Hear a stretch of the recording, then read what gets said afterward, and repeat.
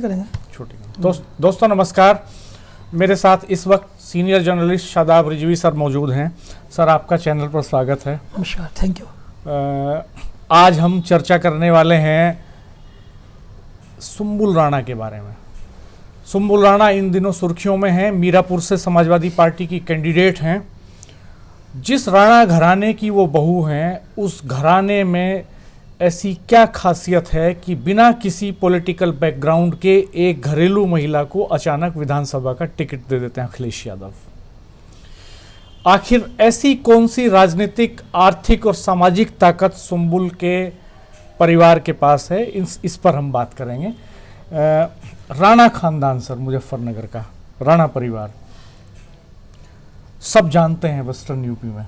आमतौर पे कहाँ से शुरू होती है सर इनकी ये राजनीतिक और इस तरह की यात्रा कि इस समाजवादी पार्टी जैसी बड़ी पार्टी ने टिकट उनके घराने में दिया और एक गृहिणी को दे दिया? देखिए, गृहिणी की बात कह देना वाकई बहुत आसान भी और सही भी है, लेकिन सुंबुल सिर्फ नाम है। जो टिकट मिला है वो उस घराने को मिला है और उस घराने की पिछले 2 दशक के अंदर सियासत में अपनी पकड़ रही है। अगर हम शुरुआत की बात करें इस घराने की, राणा घराने की, तो ये एक तरह से औद्योगिक जिसे घराना कहा जाता है जी, वो रहा है। स्टील का कारोबार इनके यहाँ एक बहुत बड़ा काम है, सरिया जिसे कहा जाता है। जी। अलग अलग परिवार के मेंबर्स के अपने काम हैं। कभी जॉइंट परिवार जब हुआ करता था तब से इनके ये परिवार काम कर रहा है, ये कारोबार कर रहा है और वो आहिस्ता आहिस्ता मेहनत हुई संयुक्त परिवार में और वो आगे बढ़ता चला गया और बड़ा कारोबार खड़ा कर लिया इन्होंने, राणा स्टील ने। और उसके बाद आज की स्थिति ये है कि वो संपन्न जो हैं वो सिर्फ सियासी मतलब औद्योगिक रूप से नहीं है, वो सियासी तौर पे भी संपन्न है और वो सामाजिक तौर पे भी वहाँ बड़ा घराना माना जाता है, संपन्न है, मजबूत और इज़्ज़तदार घराने के तौर पर उन्हें जैसे आजकल तौर पे माना है वो है। अब इसके अगर बात पीछे की तरफ चले जाएं रविंद्र जी, कि ये किसान परिवार था और बहुत पहले की तो नहीं, आप कादिर राणा और इनके भाइयों के जो फैमिली इसी से शुरू करें, इनके फादर से, उनके फादर ने शुरुआत की, बच्चे बड़े हुए और उनमें सब लोगों ने ये कारोबार में दिलचस्पी दिखाई, कारोबार आगे बढ़ा। इसी बीच जो क्षेत्रीय दल हैं, समाजवादी पार्टी, बहुजन समाज पार्टी, ये इनका उदय हो गया 80 के दशक में, 89 में, 84 में सभागार और 84 में बहुजन समाज पार्टी का। उसके बाद जो है उन्होंने एक जो कभी सियासत जो है कांग्रेस या बीजेपी के आसपास, शुरू में कांग्रेस के पास ही थी, बीजेपी भी बाद में ही 80 के दशक के बाद ही उभर के ऊपर आई है। ये यूँ कहिए कि राम मंदिर आंदोलन जब शुरू हुआ 90 के आसपास, उसके बाद भाजपा सामने आई। तो उससे पहले जब ये दोनों दल और बीच में आए तो बीजेपी से क्योंकि आइडियोलॉजी नहीं मिलती, कांग्रेस एक अपने आप में जो है बड़ा दल था, तो वहाँ और बहुत सारे मुस्लिम फैमिलीज़ जो हैं पहले से थी, बड़ी फैमिली, वो सहारनपुर से, मुजफ्फरनगर से, मेरठ से, तमाम जगह से, बुलंदशहर से, खुर्जा से, तमाम जगह से बड़ी फैमिली थी। तो वहाँ स्पेस शायद मुझे लगा इतना नहीं रहा होगा या उनकी कांग्रेस की नज़र भी नहीं गई होगी। लेकिन जब छोटी पार्टी है, ये क्षेत्रीय दल बन के आए, तो तब जो है दूसरे मुस्लिम नेतृत्व की तरफ लोगों को नज़र गया और वो कहीं ना कहीं राणा फैमिली भी, क्योंकि संपन्न फैमिली थी और लोग जानते थे कारोबार के लिहाज से, और जगह जगह जो है प्रशासनिक दृष्टि से उनके बारे में जाना जाता था कारोबार के लिहाज से, आर्थिक रूप से, तो उन पर नज़र गई। तो उसमें शुरुआत जो है वो कादिर राणा कहीं ना कहीं कनेक्ट हो जाते हैं समाजवादी उनसे, राजनीतिक दलों से, और उन्होंने फिर जो है अपनी सियासत की तरफ बढ़े और उन्होंने शुरुआत कर दी। उनको सबसे पहले टिकट दिया गया उससे, चरथावल से जी, और जब चरथावल से टिकट दिया गया समाजवादी पार्टी, हाँ जी, और बड़े मजबूती से लड़े, है ना। वो सिटी से भी लड़े, वो मोरना से भी लड़े, वो एमपी का चुनाव, उसके बाद तो सीढ़ी चढ़ गई, उससे भी लड़े, हारे, जीते, विधायक बने, फिर उनके मोहब्बत, फिर एमएलसी बने, सांसद बने। और लेकिन ये हुआ कि तब तक जब तक कादिर राणा परिवार में अकेले सियासत में थे तो उनको ये लगा दूसरी फैमिली के लोगों को, क्योंकि तब तक बाकी लोग छोटे थे या साथ के थे, तो वो एक करता धरता थे, मुखिया जैसे मुखिया होता है घर का। अब अचानक जो है इस परिवार में जो सियासत का रंग दिखाई दिया, सियासत की आबो हवा दिखाई दी, सियासत का जो है कहते हैं कि पूरा एक माहौल ये दिखाई दिया कि इसमें तो एक अलग ही मज़ा है और ग्लैमर है, ग्लैमर जो है यूँ कहिए राजनीतिक ग्लैमर, सियासी ग्लैमर जो है वो देखा। तो बाकी जो भाई और भतीजे थे उन्हें भी इस बात में वो लगा, उनको मजा आने लगा और यहाँ से उन्होंने कादिर राणा के सामने वो उठने की स्थिति भी थी, लेकिन अंदर अंदर कहीं अपनी पैठ बनाने लगे। इकोनॉमिक कंडीशन बहुत अच्छी थी, सियासी दलों से उनके कॉन्टैक्ट होने लगे और होने लगे। इसी बीच जो है उनके भतीजे शाहनवाज राणा वो हिम्मत करते हैं और कादिर राणा के सामने उस सियासी ग्लैमर को जो हासिल करने के वास्ते वो बिजनौर से सियासत में कूद जाते हैं। कि मुजफ्फरनगर से इसलिए नहीं कि वहाँ कादिर राणा उनके बड़े हैं पहले से हैं, तो बिजनौर से कूद जाते हैं। हालांकि वहीं से ये माना जाता है इस परिवार के बारे में कि सियासी तौर पे भी और कारोबारी तौर पे भी, हालांकि कारोबारी तौर पर उससे थोड़ा अलग अलग होने शुरू हो गए थे, तो लेकिन सियासी तौर पे भी जो है वहाँ से डिवीजन होने लगा, पाले जो है रास्ते जो है वो थोड़ा जुदा होने लगे। शाहनवाज किस दल में गए? बहुजन समाज पार्टी। बहुजन समाज पार्टी। तो और कादिर राणा साहब उस समय समाजवादी पार्टी। तो वो उन्होंने वहाँ से अपना वो जो चुनाव लड़ लिए और बाद में विधायक ही बन गए बिजनौर से वहाँ से। उसके बाद जैसे ये हुआ तो उनके एक भाई कादिर राणा के और उनके चाचा शाहनवाज के नूर सलीम राणा, उन्हें लगा यार जब भतीजा बन सकता है तो मैं क्यों नहीं। और मैं तो वो क्या था कि वो पूरी तरह से इकोनॉमिक चीज़ें देखते थे और पूरी तरह से आर्थिक रूप से जो पकड़ थी वो नूर सलीम राणा की थी जो मैं जानता हूँ। तो उन्होंने क्योंकि सब चीज़ संपन्न थे, सब चीज़ उनके हाथ में थी, उन्होंने भी पीक बढ़ाई। उनको लगा कि ये कम पढ़ा लिखा भाई ये तो हो गया है। और कादिर राणा के बारे में कहा जाता है कि एजुकेशन में बहुत प्रारंभिक एजुकेशन उनकी थी, वो वाली वर्ड थी, हाँ 8वीं 10वीं तक की स्थिति उनकी जो मान बताते हैं, और सच्चाई दूसरी हो सकती है, वो कहीं कॉलेज नहीं गए। और जबकि कादिर वो शाहनवाज और नूर सलीम राणा एजुकेटेड रहे, तो नूर सलीम राणा उसके बाद एंट्री कर देते हैं और नूर सलीम राणा जो है बसपा से जो चरथावल पहुंच जाते हैं जी, उन्हें भी टिकट मिल जाता है, चरथावल से एमएलए हो जाते हैं। अब एक ही परिवार में 3 सियासी राह हो गई। वो होता क्या कि मजबूती की बजाय कि सियासी मजबूती की बजाय वो राहें जुदा हो गई। जैसे जैसे कारोबारी राह इनकी जुदा होती रही, ऐसे ऐसे सियासी राह भी। अच्छा, कारोबार में भी उनको लगा कि ये इस ग्लैमर को मेंटेन करने के लिए मीडिया का रोल बड़ा होता है। हाँ, मैं पता तो वहाँ भी एंट्री मैं वही करता हूँ। तो जब उन्हें ये लगा कि वो सियासत में आए, उससे पहले वो सिर्फ जो है सब कुछ जो है सोशल चीज़ें थी वो कादिर राणा देखते थे। फिर जब शाहनवाज राणा आए, फिर जब नूर सलीम राणा आए और वो पब्लिक कनेक्टिविटी ज़्यादा बढ़ी उनकी कारोबार से, तो उन्हें लगा कि यार इसमें तो मीडिया का बहुत बड़ा रोल है। तो क्या हुआ कि एक बड़ा उनका मंथन हुआ और शाहनवाज राणा ने अपना एक शाह टाइम्स के नाम से जो है एक बड़ा अच्छा अखबार निकालने की कोशिश करी और जब उसकी लॉन्चिंग की तो यूपी और उत्तराखंड में की बाकायदा, क्योंकि दोनों जगह उनका कारोबार उनका साम्राज्य फैला हुआ है, वो किया और चल आज भी रहा है। वो बात दूसरी है कि वो कितने उस पे है, लेकिन वो अपने स्तर पे उनके हिसाब से प्रिंट मीडिया के सामने एक क्राइसिस तो आया है अलग तरह। हाँ, और इस सियासी राह के जो बदलाव आया इनका, जो इकोनॉमिकली बदलाव आया, जो सत्ता की धमक और खनक जो अपने पास हासिल करने की जो ललक लगी इस फैमिली को, उसमें ये और आगे बढ़ गए। फिर रिश्तों पे इस पर आँच आने लगी। और जो तक मुझे जानकारी है कि एक मामला ऐसा भी आया कि जिला पंचायत अध्यक्ष बनने के लिए, क्योंकि बड़ा पद यहाँ वेस्ट यूपी में होता है जिला पंचायत अध्यक्ष का, और उसमें अभी वो भी लाल बत्ती होती है। कई विधायकों के क्षेत्र उसके अंदर पूरे जिले में होते हैं, विकास की पावर उनके अपने हाथ में होती है। फिर शासन या उसके उनके बाध्य वैसे नहीं होते हैं, एक बजट होता है बड़ा, तो एक वो ठीक ठाक मामला होता है। और एक टाइम में तो उसमें IAS जो है उनके सेक्रेटरी हुआ करते थे, ये कहा जाता। अब पिछले कुछ दिनों से उन्होंने कर दिया, एक बड़ा पद होता था वो DM। हाँ बिल्कुल रिपोर्ट कार्ड भी तैयार करते थे टाइम में। नागरिक, हाँ बिल्कुल नागरिक होता था। जैसे मेयर को शहर का कहा जाता है और राष्ट्रपति को देश का कहा जाता है, ऐसे जिले में कहा जाता था। तो फिर ऐसी स्थिति बनी एक बार कि जिला पंचायत अध्यक्ष की कुर्सी हासिल करने के लिए कादिर राणा भी चाहते थे और शाहनवाज भी चाहते थे कि मुझे चाहिए। अब दोनों चाहते थे, लेकिन एक हुआ नहीं, क्योंकि वो तब तक जो है वो लोग वो देख चुके थे, सत्ता का जो मज़ा है वो चख चुके थे, जो ग्लैमर है वो देख चुके थे, जो आबो हवा है वो देख चुके थे, जो सम्मान उसमें मिलता है वो देख चुके थे। हालात ये हो गए कि कादिर राणा की बहन, शायद नूर हसन या कुछ इस तरह का नाम था, और इनकी शाहनवाज, उनके भतीजे शाहनवाज की बीवी पत्नी, ये दोनों एक ही वार्ड से जिला पंचायत मेंबर आमने सामने आ गए जी। हालांकि बाद में शाहनवाज राणा की पत्नी जीत के जिला पंचायत अध्यक्ष बनी। तो जो सियासत परिवार को इस मोड़ पे ले आई कि रिश्तों में बिखराव आ गया और जो राहें अलग हो गई।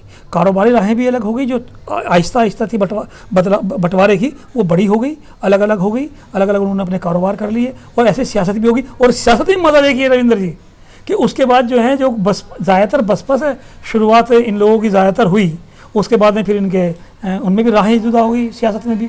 कोई बसपा में चला गया, कोई सपा में चला गया, कोई फिर कुछ नूर सलीम राणा तो घर ही एक तरह से बैठ गए। शाहनवाज राणा ने कई बार कोशिश की लेकिन सफलता नहीं मिली।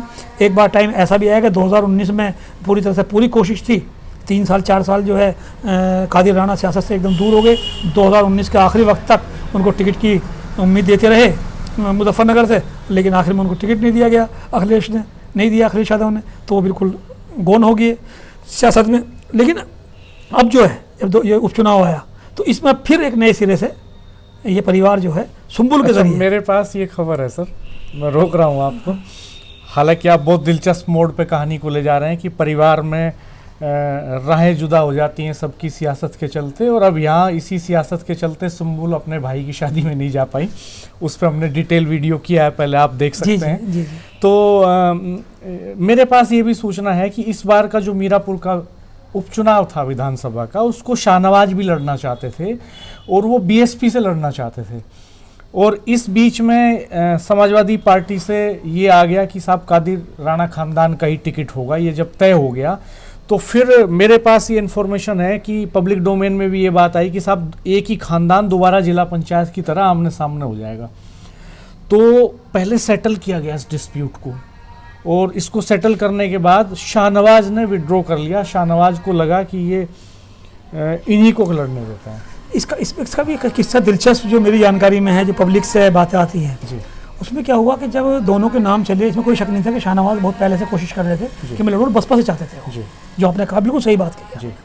लेकिन जब दोनों का नाम आ गया सामने, ये बात कंफर्म थी कि कादिर राणा की फैमिली को समाजवादी पार्टी वरीयता दे रही है और टिकट ज़्यादातर फीसदी से जो है उनका हो जाएगा जी। तो इसमें फिर ये हुआ, जो बीच के लोग थे, जो दोनों फैमिली में बैठते हैं उठते हैं या दोनों पार्टी से जुड़े हुए लोग थे, उन्होंने ये बात समझाई कि अगर दोनों लड़ेंगे तो कोई नहीं जीतेगा, ना एक पे रहेगी और ना फैमिली में रहेगी। एक लड़ेगा तो ये आप पे सीट मिल सकती है।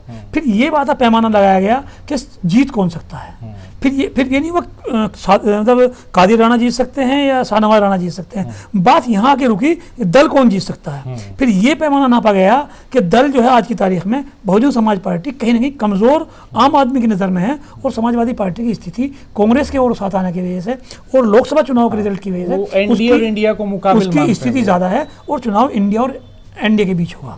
तो इसलिए बहुजन समाज पार्टी से सिर्फ टिकट ले जाने से नहीं होगा। अगर मान लो टिकट ले भी लिया हमने, एक टिकट हम बैक हो जाते हैं समाजवादी पार्टी से, तो समाजवादी पार्टी फिर कोई मजबूत चेहरा लाएगी और फिर आप बसपा की स्थिति वही हो जाएगी, तो सीट दोनों से निकल जाएगी। तो फिर यही हुआ, क्योंकि आप ये कमज़ोर भी हैं, भतीजे भी हैं, तमाम चीज़ें हैं, तो सामाजिक पारिवारिक और सियासी तौर पे जो एक थिंक टैंक होता है परिवार में सलाह वाला जो होता है, वो यही माना गया, जो मेरी जानकारी है। तो शाहनवाज ने उससे वो मजबूरी समझिए या आपसी वो समझ लीजिए, जो घरों में आपस में कारोबारी सियासी राहें अलग थी, वो आगे चल के हो सका एक हो जाए इस इंसिडेंट के बाद या कुछ हो, वो अलग दिगर बात है। लेकिन ये जो मुझे जानता है ये तो सर इस पर निर्भर करेगा कि इस चुनाव के नतीजे क्या होते हैं। हाँ। अगर इस चुनाव में सिंबुल को सफलता मिल जाती है तो हो सकता है कादिर राणा हमेशा के लिए सियासत में हाशिए पे चले जाएं और वो नेता बने, फिर आगे वही नई पीढ़ी के लोग संभालें चीज़ों को।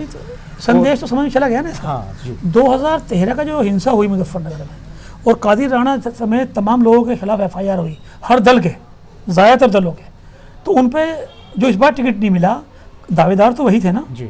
उनका जो बेटे का नाम आया बाद में, बेटा कोई सियासी नहीं है जी। कभी कोई वार्ड मेंबर भी नहीं शायद चुनाव नहीं लड़ा किसी का, जो मुझे लगता है। और उनका सिर्फ उस दाग की वजह से और वो एक्सेप्टेबिलिटी की वजह से जो है वो चला गया। और उम्र की तरह बढ़ते जब आदमी बढ़ता है और दाग धुलने में वक्त लगेगा, तो मुझे लगता है कि अगर सुंबुल जो है वहाँ जीत जाती है चुनाव से, तो उसका सियासी चेहरा जो अब होगा उस परिवार का, वो सुंबुल होंगी आने वाले वक्त में।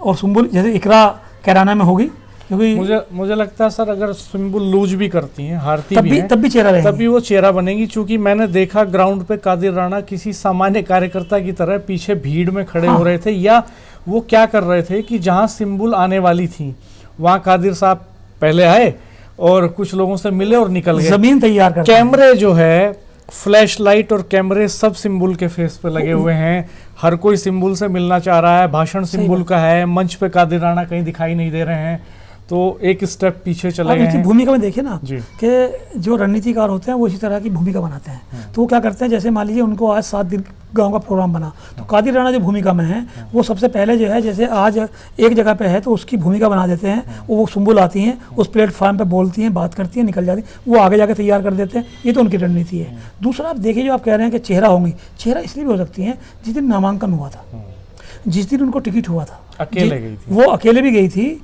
और दूसरी उनके जब बोलने की बात आई थी, जो मीडिया में उनकी वीडियो उस टाइम आई थी, वो परिस्थिति बस हो सकती है, तो उनको बोलने में बहुत सारी दिक्कतें महसूस हो रही थी, बहुत सारी चीज़ें। वो एक तो सवाल जो मीडिया का आया था वो उसको समझ भी नहीं पा रही थी, उसका जवाब भी नहीं दे पा रही थी। बराबर में खड़ी महिला जो है उसको जो है उनकी बेटी हाँ समझाने की कोशिश कर रही थी। मैं इसलिए नहीं बहुत ज़्यादा जाना चाह रहा कि मैंने इसलिए जो है कार्यकर्ता ही है उनकी, हालांकि बेटी थी। लेकिन अब आप देख रहे होंगे पिछले 10 दिन के अंदर बदलाव, वो बोल रही हैं, आपके सवालों के जवाब दे रही हैं, वो भाषण भी दे रही हैं, पढ़ी लिखी तो है। और खास बात ये है सर कि इकरा जब बोलती हैं तो हिंदी और उर्दू के शब्दों को मिला के बोलती हैं, वो लोकल पुट बोलती हैं, वो हिंदी के शब्द ज्यादा इस्तेमाल करती है, लोकल पुट करती है सुंबुल के भाषण में। 80% से ज्यादा लोकल जो पुट है, जो डायलेक्ट है कोरवी का, वो भी झलकता है, और वो हिंदी शब्दों का इस्तेमाल कर, वो जुड़ाव की वजह से। क्योंकि मुजफ्फरनगर का इलाका जो ये मामूली बात नहीं है, बहुत बड़ी बात है ये, क्योंकि एक फैमिली से जुड़ी हुई, जो उर्दू फैमिली से जुड़ी रही है, और एजुकेशन भी जो है नॉर्मल टाइप की एजुकेशन, एक कॉन्वेंट और तमाम चीज़ों, जैसे इकरा है, इकरा की जो एजुकेशन थी वो नेशनल से लेके इंटरनेशनल लेवल पर उसने ली, विदेशों में ली। तो वो वाली चीज़ें उसे वो दिखाना पड़ता है कि मैं इंग्लिश भी बोलती हूँ, है ना। जब वो किसी महिला के पास जाती है तो चरण भी छूती है, पैर भी छूती है, आशीर्वाद भी लेती है, पल्ला भी रखती है, मारे थारे के हिसाब से लोकल बोली भी बोलती है ना, जो वहाँ की स्थानीय भाषा है। तो वो सब चीज़ें कोशिश करती है, तो उसे लोग एक्सेप्ट करते हैं कि ये ऑल इन वन है ना। और वो क्या है, उसको माना जाता है कि फैमिली की महिला है, घरेलू महिला, गृहिणी है। वो इकरा गृहिणी नहीं कही जाती, वो गृहिणी कही जाती। वो गृहिणी वाला पुट कहीं ना कहीं, चाहे वो आदत के मुताबिक और चाहे किसी रणनीति के मुताबिक, वो हर हालत में उसे पेश कर रही है, और लोग उसे देख रहे हैं और महसूस कर रहे हैं। तो दोस्तों, ये कादिर राणा खानदान की कहानी है। हम ऐसी ही कहानी फिर लेकर के हाजिर होंगे। आप कमेंट बॉक्स में बताइएगा कि एक साधारण किसान परिवार जिसमें कम पढ़े लिखे लोग हैं, वो किस तरह से राइज करता है पॉलिटिक्स में, और एक लेवल ये आ जाता है कि आपस में प्रतिद्वंदिता होती है, और एक लेवल ये आ जाता है कि महिलाएं सियासत में आगे आ जाती हैं उस परिवार में जिसमें महिलाओं को पर्दे में रखा जाता है, जिसमें महिलाओं को मिलने नहीं दिया जाता है। इवन टिकट घोषित होने के समय मीडिया के पास सुंबुल का कोई फोटो नहीं था, और एक फ़ोटो वहीं से रिलीज हुआ पुराना उनका, जिसमें वो नकाब में थी और हिजाब में थी। उसके बाद अब हम देख रहे हैं कि वो एक सूट सलवार में चुन्नी के साथ मासेज के बीच में इंटरेक्ट कर रही हैं, जनसभाएं कर रही हैं, घूम रही हैं, बोलना सीख रही हैं। तो राजनीति ये बदलाव भी देती है, और परिवार के भीतर एक डेमोक्रेटिक सेटअप भी तैयार करती है। तो आप हमारे चैनल को सब्सक्राइब कीजिएगा, बेल आइकन प्रेस कर दीजिएगा, नोटिफिकेशंस ऑल कर दीजिएगा, वीडियो मित्रों के साथ शेयर कीजिएगा। आपके कमेंट्स बहुत वैल्यूएबल हैं, बहुत कीमती हैं हमारे लिए। आप अपनी राय जरूर जाहिर कीजिएगा। धन्यवाद, नमस्कार, शादाब सर, थैंक यू। नमस्कार।